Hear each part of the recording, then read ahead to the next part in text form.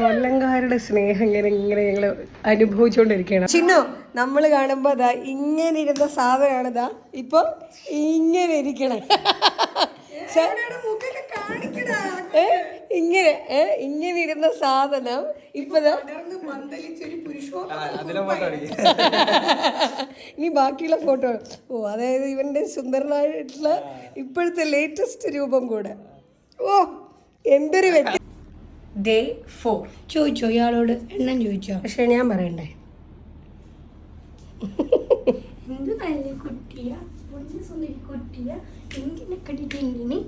Day 4ലേക്ക് സ്വാഗതം.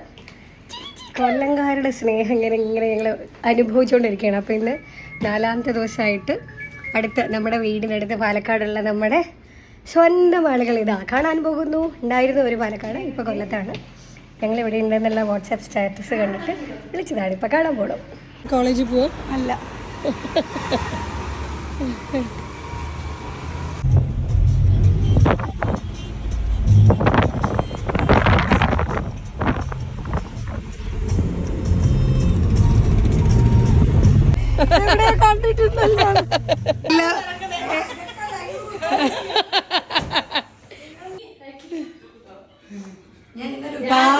കാണുന്നുണ്ടോ എന്ന് എനിക്ക്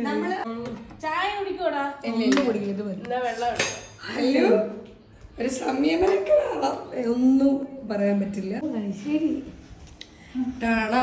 ഓ, ലവ് ഷേപ്പാണ്, ഹാർട്ടിന്റെ ഷേപ്പുള്ള ഹോം മെയ്ഡ് ഇത്.